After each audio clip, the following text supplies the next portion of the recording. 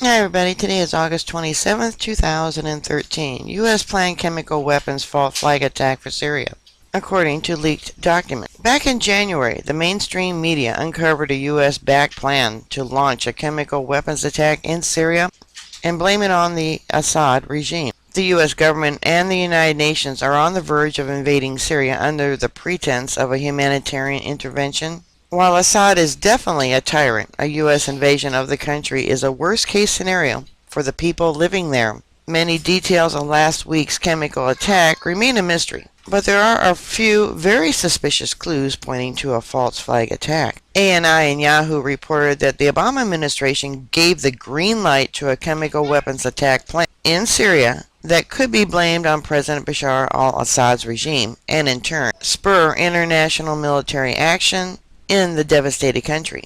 Leaked documents have shown a new report that contains an email exchange between two senior officials at British-based contractor Britain Defense showed a scheme approved by Washington. As per the scheme, Qatar would fund rebel forces in Syria to use chemical weapons. Adding to the evidence, on August 23rd, Russia Today published an article titled "Materials Implicating Syrian Government in Chemical Attack Prepare Before Incident." According to Russian Foreign Ministry spokesman Alexander Lukashevich, we're getting more new evidence that this criminal act was of a provocative nature. In particular, there are reports circulating on the internet, that the materials of the incident and accusations against government troops had been posted for several hours before the so-called attack.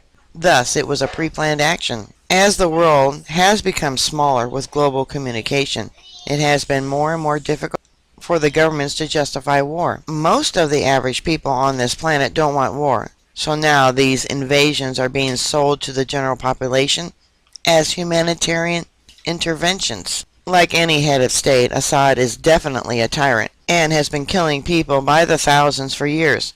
But invading the people that he has enslaved will do nothing but cause more death and destruction, just as it has in similar cases throughout the Middle East and Africa. And it's so true. The only ones that are going to be able to get out is the ones that have money, and of course those politicians.